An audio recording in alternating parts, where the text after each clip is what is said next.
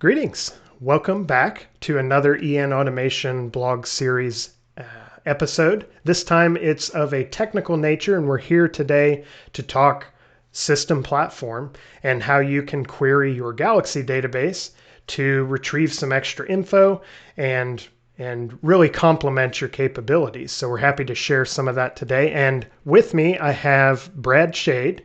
He's one of our senior principal control systems engineers out of our Olathe office. I will hand it over to Brad so he can give you a brief introduction. Hey, Kevin. Good to be here. I'm pretty excited to share a lot of these things with everyone today. We've had a lot of use out of the things we're going to talk about, and I think you guys will get some value out of it too. Let's go ahead and get us started, Kevin. Excellent. Okay, so here we are. I'm going to take you through some of the tooling that we have that you see here on your screen and walk you through kind of the environment, so to speak. So we've got a dev system here, and Brad and I have shared control, so we'll be kicking things back and forth. We've got SQL Server Management Studio. So this is the tool you use to connect to your system platform database that's created alongside your Galaxy.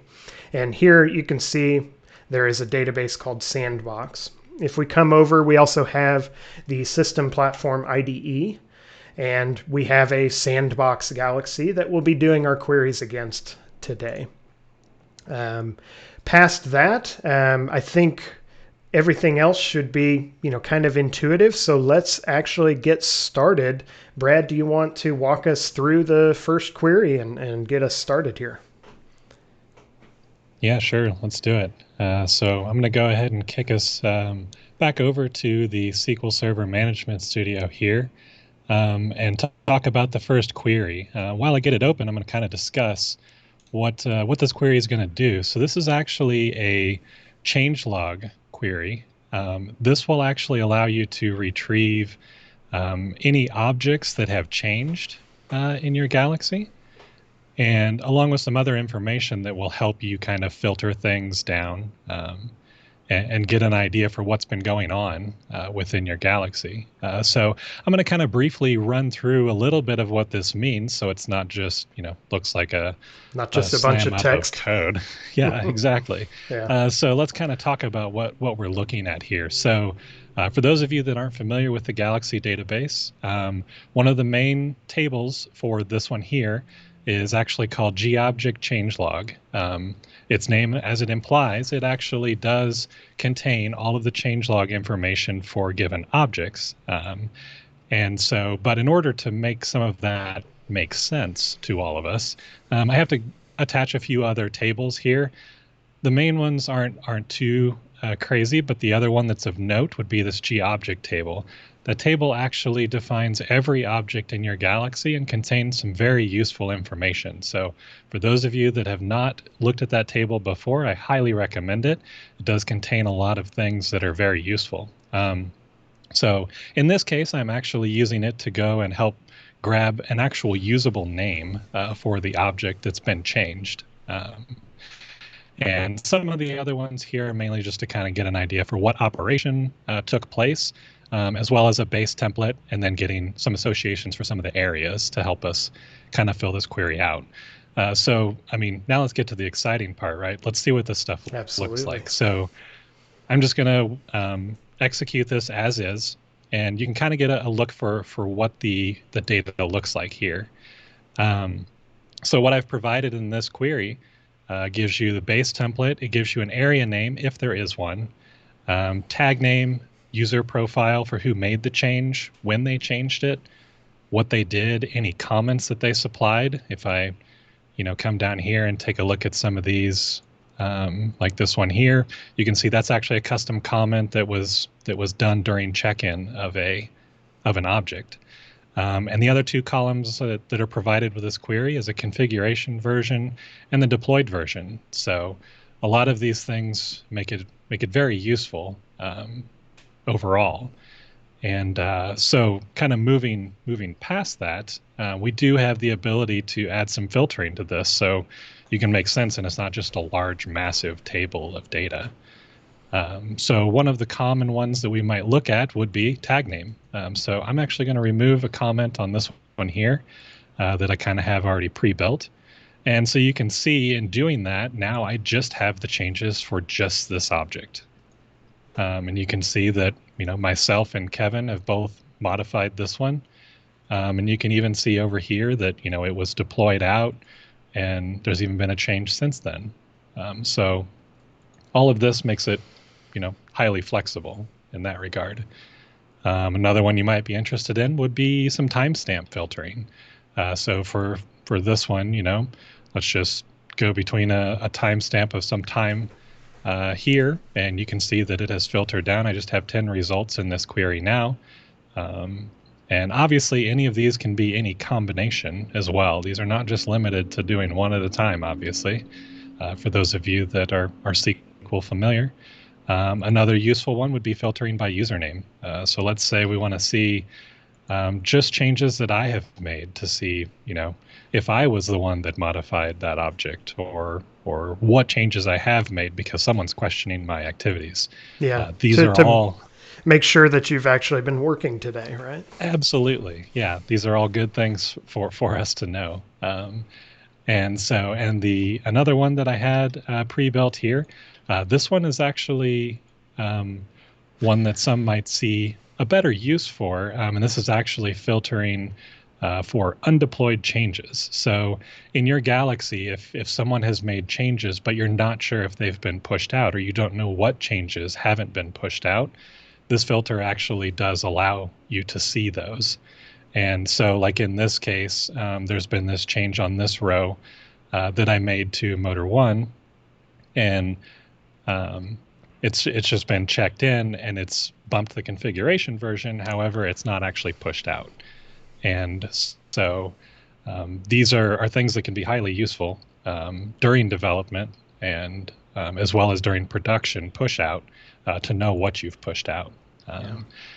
And related to pushing things out via the deploy operation, the last filter that I have here is one that shows the deploy operations that were done. So you can actually see when objects were pushed out at what configuration version level. So all of these are kind of just more tools you can put in the tool belt with this query to help you along. Nice. Now, just the query itself, super useful. Can you provide our viewers here any additional things that we might integrate this query into? Where would you go once you've got something like this declared? Yeah, I mean, we've actually had quite a use for this at several facilities with places doing just change management reports, so they can actually see what changes were made in their Galaxy, during a given time frame, even just frequency of change to see if their system has stabilized from a development or troubleshooting standpoint. It's also useful, even just to integrate some of this into the application. You can see these changes and when they've been pushed out. So it's definitely something that can be used wide open across the board. So Solid. Very useful, I think. Yeah, looks really good. So yeah, I think the next course of action we should take is probably talk about a little bit more that we can do with the Galaxy database. So Kevin, how about you kick us off on the next one? What are we going to talk about next? Sure. I figured you'd make me do the next one. The next one we'll go to is we're going to start looking at some of the I/O references in our Galaxy. So just as kind of a small refresher, if it's been a while maybe since you've dipped into System Platform, we have just a very rudimentary, nearly empty Galaxy here, but I have a couple objects and I've assigned I/O references to them. And so I'm going to bring up this motor 01 object in our IDE here. Apologize for the cramped space, but we did want to make this able to be seen by reasonable humans, so we have it enlarged a little bit. So I have this running input here. I've got I/O marked.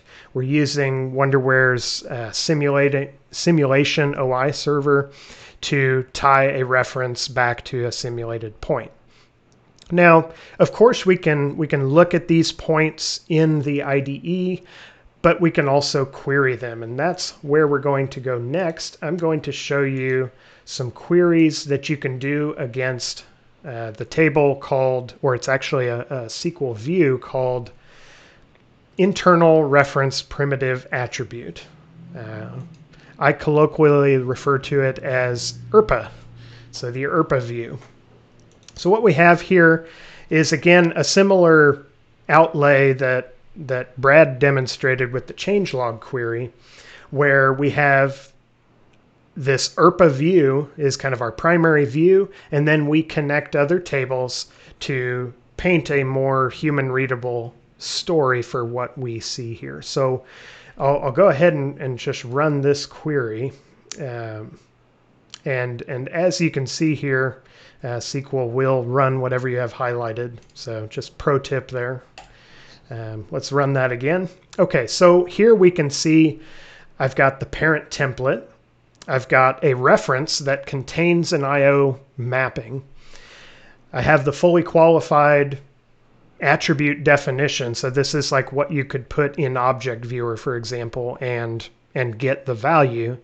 And then the actual input reference contains the value simulator.fast.bmotor1runstat. So this is useful for being able to pull out IO mappings directly from your Galaxy database. And you can also do a few other conditionals here. Right now I'm just searching for input source. I can just search for a particular template. I think actually right now all I have is user defined. But we can also do things like where the input value, so that's this reference string that you see up here, and we can search for a wildcard, like maybe runstat. This can be helpful for locating IO attributes and finding where they're used in your Galaxy. So here we are, and now we know we can go to these objects. We can go back to the IDE and pull these up.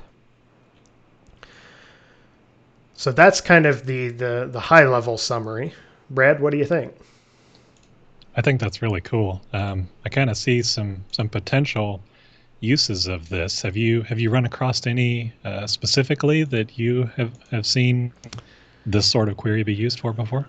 I certainly have. So in a lot of applications, maybe you have to do a bulk update of tags to update their references. Maybe you're changing out a PLC and you've got a legacy set of register mappings, and all you want to do is move those over to maybe a name-based tag structure and want to leave everything else alone.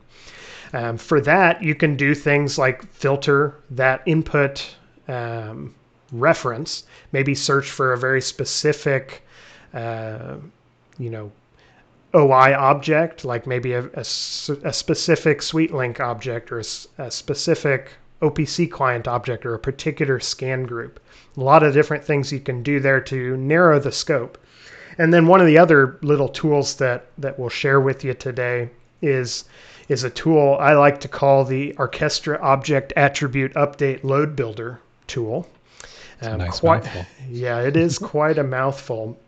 But what this allows you to do, it's a tool that we built to expedite our development projects and really make it quick to update specific attributes in your system platform Galaxy. So this could be anything from alarm priorities. You can kind of see this example entry here is hinting at that, to input references and IO mappings. Now all of this is aside from things like your auto IO binding, which system platform has nowadays. But there's a lot of other applications out there that have distinct IO mappings. So we usually have to deal with those. So this is a good tool to do it. So I can take things and you could see how I could refilter or refactor this query to give me the exact columns to where I could simply paste these into place. But I could take this, user defined template. I can take my object name, so motor 01, and the attribute, which I can take from the input reference here, so running.input source. Let's go back to my spreadsheet, running.input source. And then, I can take the final field here and paste this in with a new value. So run stat2, for example. And our little tool here uses a quick macro to generate a new Galaxy load file. And it will do that across however many instances that you've put, however many rows in your spreadsheet. So we'll save that off. And then we can come into our Galaxy, do an import and a Galaxy load. Come to our queries folder where we've placed our output CSV. And this is just a Galaxy load file. And we're going to only update changed attributes. And it very surgically updates those objects and updates those IO references within.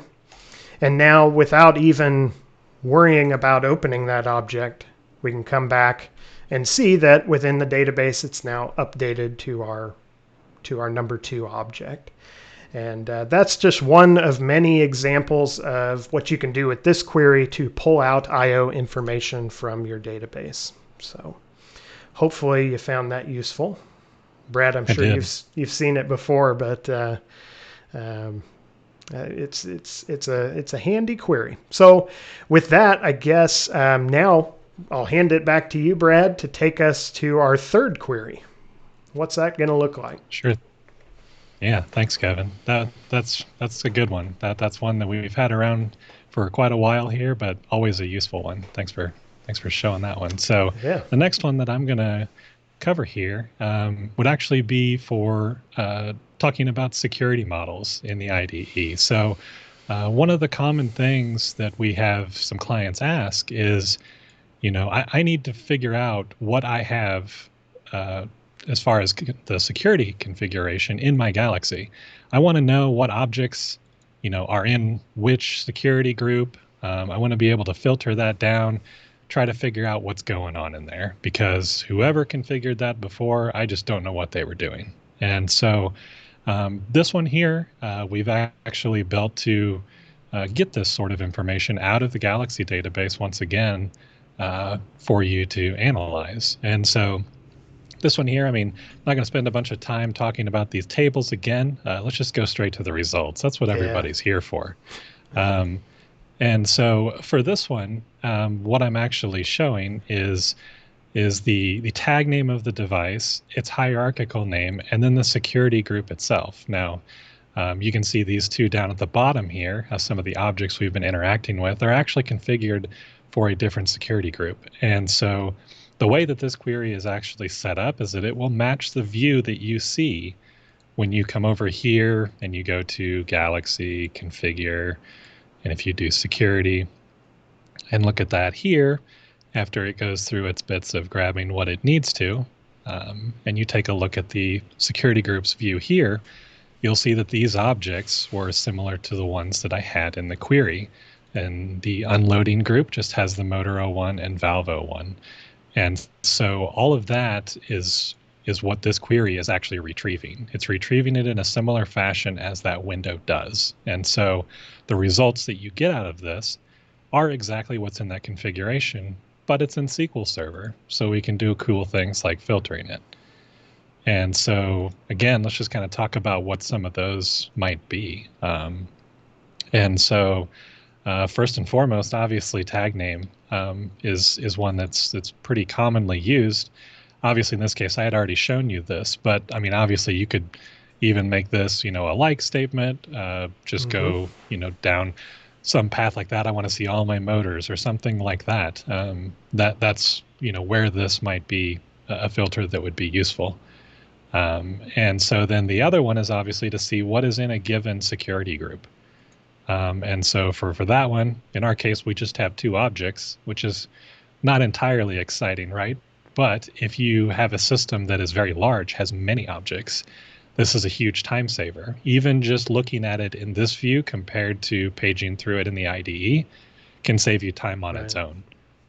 So what do you think about that one, Kevin? Oh, that one unlocks a lot of, turns on a lot of light bulbs. I can already see like the benefit of being able to basically search your security definition, right? It's something we can't do within the IDE interface. A lot of those types of things are part of the benefits, I think, of many of the queries that we're showing here today. It gives you that environment where you can do a little more, you can dig a little deeper. What about other uses for this in terms of managing your system platform, Galaxy? Is there any kind of other aspects that we can share with folks on why they might want to have this query be something they use? Yeah, absolutely. One of the main reasons that we, actually we had a demand for this sort of information was actually, a customer going through even just an upgrade. They wanted to look at their system and say, I don't really know how my security is configured right now. And it helps you get a view into that security configuration and be able to pass it along and say to the appropriate people, hey, should these people actually have access to that device? Like, is that right? Right. So these sort of questions now are out in the open because this data is just readily available. And Right. so that's the biggest return that we've seen.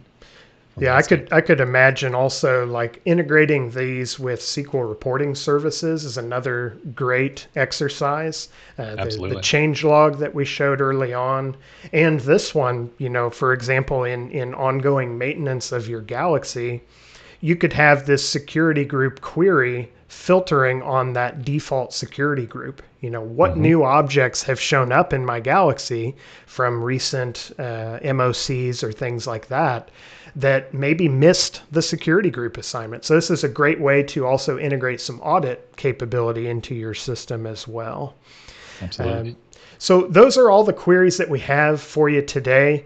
I think that we should have covered this early on, but at the very least, we want to add, a few disclaimers. What are some things that people should know about or consider when they're interacting with the Galaxy database, Brad? Absolutely. Very, very cautious behavior should be handled with care in here. So one of the main things to remember is that you don't ever want to modify the tables in the Galaxy database with any queries that you're doing. Simply do select statements. You'll see even in the queries that I've done here, I've even done with no lock to prevent my query from holding a lock on the table while the IDE is being used or something like that. Yeah. So don't make changes. You might say, well, I'll be careful. Nope, just don't do it.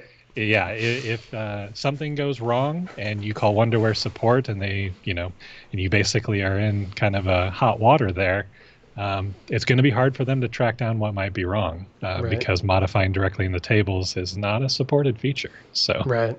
And as kind as they may be, they will be incredibly frustrated when they find out that's what you've done. So we're not advocating read-write, but boy, is it a great way to augment your capabilities for read-only retrieval of data out of there. Absolutely.